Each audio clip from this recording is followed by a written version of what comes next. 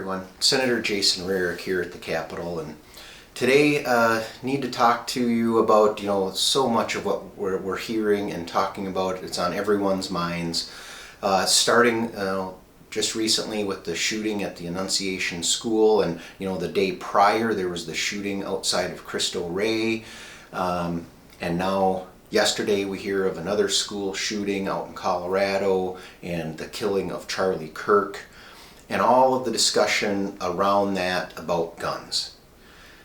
And it's with heavy hearts that we have these conversations, but it's something that we have to talk about, and we have to address this issue that people think by taking guns away from law-abiding citizens, we're going to impact these events. Folks, that is just wrong thinking.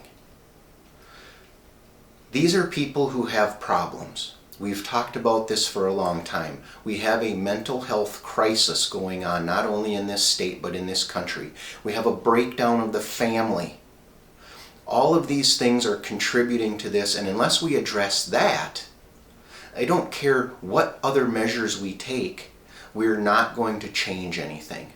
We have seen other acts of violence using vehicles, using airplanes, using chemical bombs or fertilizer bombs. The tool that is chosen to be used is not going to, taking away a tool is not going to change anything until we start addressing what is actually causing this to happen. We have to be willing as family members to have discussions when we see someone is hurting.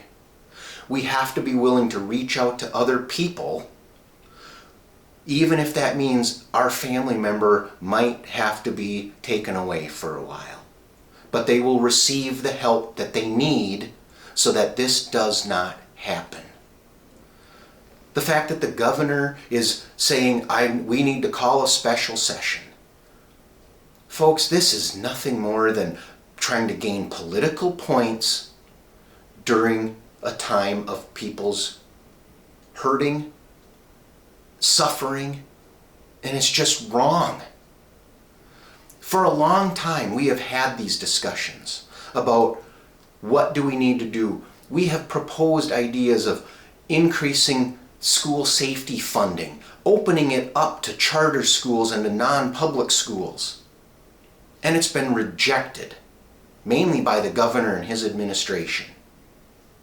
So this idea that we're going to have discussions now suddenly, I'm not buying it. This is trying to win political points with people who support him. Let's talk about the real issues. Let's talk about the things that we have been saying need to be addressed for years now. And let's do it in a way where we are all open and listening. And unfortunately, what we saw happen yesterday is showing that there are still people out there who absolutely don't want to have these conversations. Charlie Kirk didn't say anything inflammatory. He wasn't somebody who said things to stir people up. He had conversations with people, was more than willing to let you talk about your position, and then he would talk about his position. And then he is taken out. These are the conversations we have to be having, and we cannot be afraid to have them. Folks, this idea of gun control is the wrong way to go. Trying to do more of these red flag laws, things like that, that's not going to change a thing. What that's going to do is drive division, because we have all kinds of gun owners, myself included, who have the guns that we're talking about. And who is going to be the one that's going to go up and knock on somebody's door saying, we're here to take your guns away? Folks, those are not the guns that are going to be the problem. Those are going to be the guns that could be the solution when there is a problem. Why? How do we see these things end? Bad people with guns are stopped by good people with guns. That's not ever going to change. The only way that changes is if you take away the guns from the good people. I go back years ago. If you remember when Jesse Ventura was on the radio prior to being elected governor, he talked about there's only one method of gun control that will ever work, and he called it his magnet theory. Unless you've got some kind of super magnet that can collect every single gun that's out there, gun control will never work, because you won't get the guns from the criminals. And until we understand that and are willing to actually have people sit down and talk with people so you truly understand that that will not work, taking guns away from law-abiding citizens is only going to cause more problems, because now the criminals will feel emboldened and can go do whatever they want. We can see that right from the writings of the Annunciation School shooter. He was looking for a target where he knew he wouldn't encounter someone else with a gun. So let's have the discussions. Let's have the conversations. But let's be honest and let's be real. If we are going to get to the solutions, it's not going to come from what we hear people screaming out in the public right now and what's getting the media coverage right now. It is going to be seriously sitting down and saying, how do we fund our schools to allow them to put the safety measures in place that they need? And letting each school talk about it on their own and in their own realm, what will work for them. Because it will be different in every school all around the state. And how do we engage with families so that we can address and help them when someone is struggling? And not ignoring them and not having this escalate to a situation like we then see in the news. I do not feel a special session is warranted, but discussions absolutely are.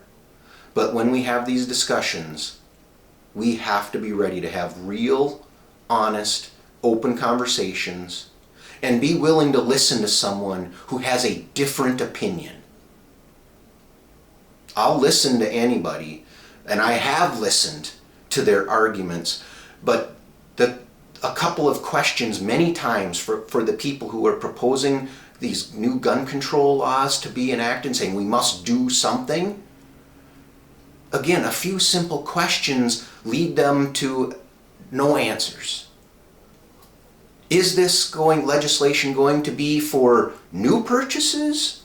Or again, are we going to try and claw back all of these guns from people who have already purchased them legally? And if that's your goal, who is going to do that? Because I know many law enforcement folks who have zero interest in going to someone's home to try to get their guns from them. That will be major, major problems for folks who have to do that. Also, if you're talking about, new restrictions, just how exactly do you intend on enforcing that? We have seen in our two largest counties, with Mary Moriarty and John Choi, an absolute refusal to prosecute people who commit crimes. But now we're all up in arms and worried about the ramifications. If you watched in the news, Ramsey County just had a press conference because they're going after a business on wage theft. And Chief Axtell actually said, we are setting an example with this company so that other companies know we will come after them if this is what they choose to do. But we won't do that with crime? Are you kidding me? It works both ways. If we go after the criminals who are committing these violent acts with guns and we put them away, that's sending a message to other people. And it'll start to come down. And if we address the mental health issue and we help people deal with things, that's how we will answer this problem. So, I hope this will be a topic of discussion over the next months and at our next session. but it's going to be so much more involved. The answer isn't just taking away guns. I hope everyone understands that. This is a much bigger, broader discussion that we have to start having and have to start opening our ideas and our minds to accept that this is a bigger issue that needs so much more talk. And it's not going to be easy. Understand that. It's not going to be easy no matter what idea we come up with to try to work on. It's going to be hard, and it's going to take some difficult decisions. People are going to have to do things they're uncomfortable with. But that's where we're going to have to go. That's how we answer this problem.